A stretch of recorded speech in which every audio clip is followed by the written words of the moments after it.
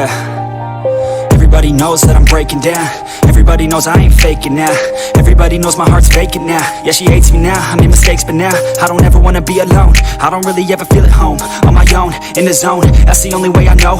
Feeling low, about to blow. नमस्कार दोस्तों, स्वागत है आपका हमारे YouTube channel the maths magician में। आज हम पढ़ने वाले हैं रेशियो और प्रोपोर्शन के बारे में, जिसका हम हिंदी में मतलब होता है अनुपात और समानुपात। सबसे पहले हम पढ़ेंगे अनुपात क्या होता है। अनुपात देखिए, अनुपात का मतलब होता है कंपैरिजन, यानी तुलना करना। किन्हीं दो चीज़ों के मध्य हम अगर क्या कर रहे हैं, तुलना कर रहे हैं, वो किन किन तरीके से हो सकती है। देखो, एक तो मेथड क्या है, जैसे दे रखा है cost of a pen is 12 rupees and the cost of pencil is 10 rupees. क्या बोल रहा है कि एक पेन की कॉस्ट है 12 रुपीज़, 12 रुपये का एक पेन आया है, और कॉस्ट ऑफ ए पेंसिल यानी एक पेंसिल की कॉस्ट है 10 रुपये। ठीक है, फिर हम देखेंगे इनका डिफरेंस क्या आ गया, 2 रुपीज़। यानी हमें साफ दिख रहा है कि पेन कितने रुपए के ज़्यादा आया है, 2 रुपये महंगा है पेंसिल से। तो हम बोल सकते हैं, so we can say that the cost of pen is 2 more than pencil.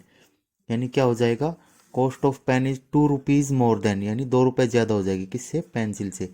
ये तो कौन सा मेथड हो गया इनका कंपैरिजन करने का, डिफरेंस मेथड, यानी डिफरेंस निकाल के। ये तो है जब क्या हो, उनके बीच में कंपैरिजन छोटा हो। अगर हम कंपैरिजन ले रहे हैं कोई बड़ा, बड़ा कैसा, जैसे देखिए इस एग्जांपल में cost of A car is 10 lakh rupees. Car की कॉस्ट क्या है, 10 लाख रुपीज़ है। And the cost of A bike is 1 lakh rupees, और एक बाइक की कॉस्ट है 1 लाख रुपीज़।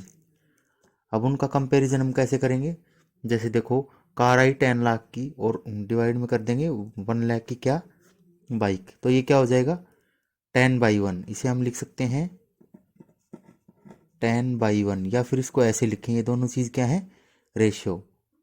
रेशियो को हम ऐसे भी लिख सकते हैं और रेशियो को ऐसे भी लिखते हैं। ये साइन किसका है, रेशियो का। ठीक है, यानी दो डॉट दिखे जहाँ पे, वो क्या होता है, ratio.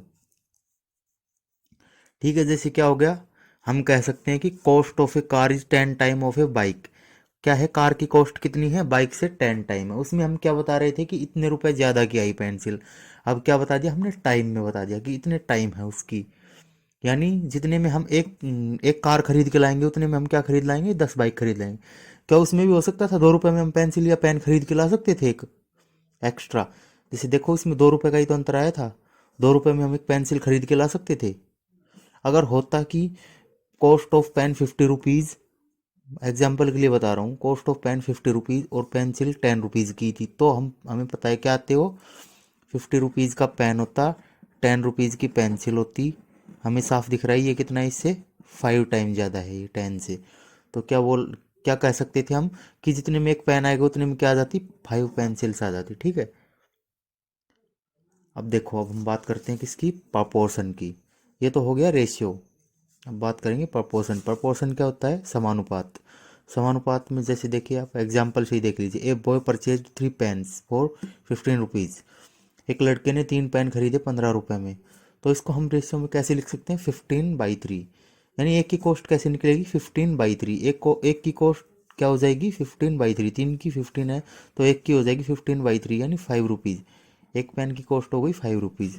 And another boy purchase 10 pens 50 rupees, यानी 10 पेन खरीदे उसने, जिनकी कॉस्ट क्या थी, 50 रुपीज़। तो एक पेन की कॉस्ट हो जाएगी 50/10, 5 रुपीज़।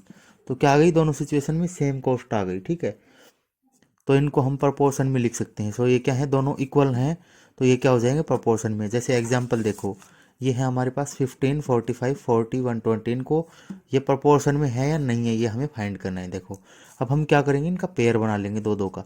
अगर हमारे बीच में, या तो हमें देगा कैसे, 15/45 प्रपोर्शन 40/120। देखो, ये रेशियो जहाँ पे 2 डॉट दिखेंगे वो क्या है, रेशियो का साइन। और जहाँ हमें दिख रही हैं ये 4 बिंदियाँ, तो ये क्या है, प्रपोर्शन का साइन। प्रपोर्शन किन के बीच में होता है, देखो 2 रेशियो, जहाँ पे 2 रेशियो दे रखे हैं, जैसे एक रेशियो ये हो गया, एक रेशियो ये हो गया, इन दोनों के बीच में जो साइन आएगा वो क्या होगा, प्रपोर्शन का।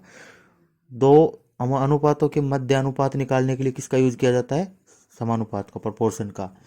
जब हम 2 रेशियोज के बीच में रेशियो निकालते हैं, 2 रेशियो के बीच का रेशियो, तो क्या निकालते हैं, प्रपोर्शन। ठीक है, अब ये ऐसे दिया जाता तो हम क्या करते हैं, ये ऐसे हैं ऐसे ही लिखते हैं, ठीक है। अगर हमें ऐसे नहीं दिया गया, डायरेक्ट कॉमा लगा के दे रखा है, तो हम फर्स्ट दो को एक रेशियो मान लेंगे, लास्ट वाले दो को अलग रेशियो मान लेंगे, ठीक है। तो हम इनको लिखेंगे 15:45 प्रपोर्शन 14:120। अब इनको सोल्व करेंगे, ये हो जाएगा 15 1 जा 15, 15 3 जा 45, 1:3। और इसको करेंगे 14 1 जा 14, 14 3 जा 120। तो ये क्या हो जाएंगे, 1:3 प्रपोर्शन 1:3। तो ये क्या हो जाएगा, प्रपोर्शन में हो जाएगा ये, ठीक है। हम समझ गए ये किस में है, प्रपोर्शन में है। ऐसे ही हमें, अब देखो हम ये देखते हैं, जैसे हमारे पास कोई रेशियो दे रखा है 7:35 प्रपोर्शन 6:42।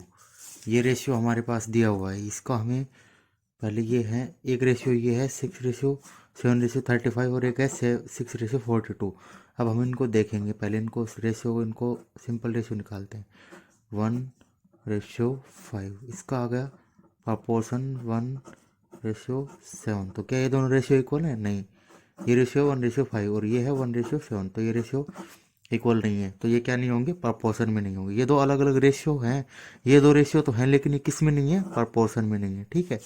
तो ये चीज़ है, प्रपोर्शन और रेशियो के बारे में आप आई होप आप अच्छे से समझ गए होगे।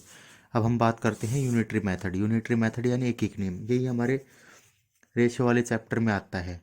नॉर्मली कैसे होता है, जैसे देखो हमें दे दिया कॉस्ट ऑफ सम पेन्स, जैसे हमें दे दिया कॉस्ट ऑफ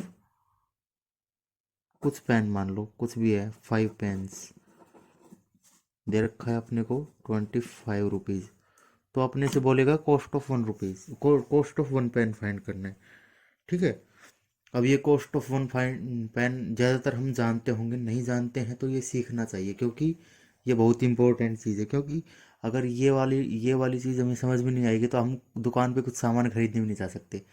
दुकानदार क्या होगा, वो अपने को ठग लेगा आराम से। कैसे ठगेगा ये देखिए।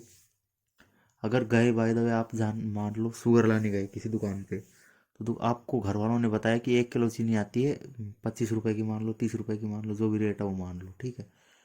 अब वो शुगर का आपको रेट बता दिया, आपके घर वालों ने बोला आपको लानी है 1.5 kg या 1.5 किलो लानी है, तो घर वालों ने आपको उस हिसाब से रुपए दे दिए, इतने की आएगी, ठीक है।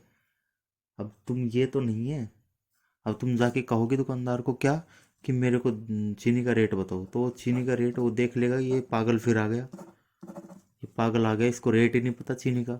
तो वो क्या बताएगा आपको कि चीनी क्या है, 5 kg का रेट बता देगा तुम्हें, 5 kg बोल देगा कितने की है, 125 रुपीज़ की 5 kg है। अब तुम क्या हो जाओगे, कन्फ्यूज, क्योंकि तुम्हें नहीं पता कि 5 kg का रेट बता दिया तो मैं 1 kg का कैसे निकालूंगा, 1.5 kg का कैसे निकालूंगा, ठीक है। इसलिए आपको किसकी ज़रूरत पड़ेगी, यूनिटरी मेथड की, ठीक है। अब इसमें क्या होता है, इसमें सिंपली आपको बहुत सी वैल्यू से एक एक की वैल्यू निकाल सकते हो आप। जैसे कि आपको बोल दिया कि 5 kg का रेट ये है, तो 1 kg का रेट इससे आप आराम से निकाल सकते हो, ठीक है। 1 kg का निकाल लोगे तो फिर आपसे चाहे कितनी 1 क्विंटल का रेट पूछ ले वो भी बता दोगे तुम, ठीक। देखो जैसे ये एग्जाम्पल दे रखा है, ये देखो यूनिट मेथड का एग्जाम्पल क्या है, cost of 5 kg sugar is 75 rupees. 75 rupees किसकी कॉस्ट है, 5 kg शुगर की। अब बोल रहे हैं find cost of 20 kg sugar. 20 kg sugar की कॉस्ट फाइंड करनी है तुम्हें, 5 की दी है, एक की भी नहीं दी, 5 kg की दी है। 5 किलो चीनी का मूल्य है 75 रुपीज़ और आपको फाइंड करना है 20 किलो चीनी का मूल्य, ठीक है। तो 1 kg चीनी का मूल्य क्या हो जाएगा, 75/5। तुम्हें पता होगा अगर ज़्यादा का दे रखा है और कम का निकालना है, यानी ज़्यादा का दे रखा है और 1 का निकालना है, तो क्या करेंगे, जितनी ज़्यादा का दे रखा है उसको क्या कर देंगे, उसके उसमें वैल्यू में डिवाइड कर देंगे। जैसे 75 में 5 का डिवाइड किया, कितना आ गया, 15। 15 रुपीज़ पर केजी क्या है, उस शुगर का रेट है, यानी चीनी का मूल्य क्या आ गया, 15 रुपये 1 किलो की, ठीक है। अब हमें निकालनी कितनी की, 20 किलो की। मैंने बताया था एक बार तुम्हें 1 किलो का पता लग जाएगा, तुम्हें चाहे जितना मर्जी पूछ ले वो तुम बता दोगे आराम से, ठीक है। तो आप एक का निकाल लोगे आराम से, 20 × 15। अब देखिए हम जैसे ये क्वेश्चन देते हैं, Raju purchase 10 pen for 150 rupees and Manish buys 7 pen for 84 rupees. Can you say who got the pens cheaper, यानी किसने सस्ते में पेन खरीदे हैं। देखो मनीष ने कितने, राजू ने कितने पेन बाई किए, 10 पेन्स फॉर 150 रुपीज़, ठीक है। यानी उसने 10 पेन की पेज किए, कितना पे किया उसने, 150 रुपीज़। किसने, मनीष ने। अब सिमिलर हम देखते हैं राजू, अरे सॉरी ये राजू था, राजू ने पे किया इतना और मनीष ने पे किया है 7 पेन्स के लिए कितना 84 रुपीज़। अब हमें फाइंड करना है किसने चीप रेट में वो किया है, बाई किया है, वो फाइंड करना है आपको। देखो कैसे करेंगे, ये राजू का आ गया, हम cost of 1 pen for Raju निकाल लेंगे। कॉस्ट ऑफ 1 पेन ओ राजू क्या हो जाएगी 150। जैसे मैंने बताया था ज़्यादा का दे रखा है, एक का निकालना है तो इसका इसमें डिवाइड कर देंगे, तो 10 का इसमें डिवाइड कर दिया, कितना आ जाएगा 15 रुपीज़ एक पेन का। अब देखो कॉस्ट ऑफ 1 पेन ओ मनीष क्या आ जाएगा 84/7, कितना आ गया 12 रुपीज़। अब देखो किसको दुकानदार ने ठग लिया, राजू को, क्योंकि राजू ने क्या नहीं की थी, मैथ्स नहीं पढ़ी थी उसने। ठीक है, तो इस सिचुएशन में बचने के लिए तुम्हें ये यूनिटरी मेथड अच्छे से पढ़ लेना चाहिए। ठीक है, इसी तरह आपकी बुक में जो भी क्वेश्चन हो गया आप आराम से सोल्व कर सकते हो। अगर कोई प्रॉब्लम आए तो आप मेरे से कांटेक्ट कर सकते हो। ठीक है फ्रेंड्स, थैंक यू। आज की वीडियो में इतना ही। आप हमारे चैनल द मैथ्स मैजिशियन को लाइक कीजिए, उस चैनल को सब्सक्राइब कीजिए, वीडियोज़ को लाइक कीजिए, शेयर कीजिए और अच्छे अच्छे कमेंट्स डालिए। थैंक यू बच्चों।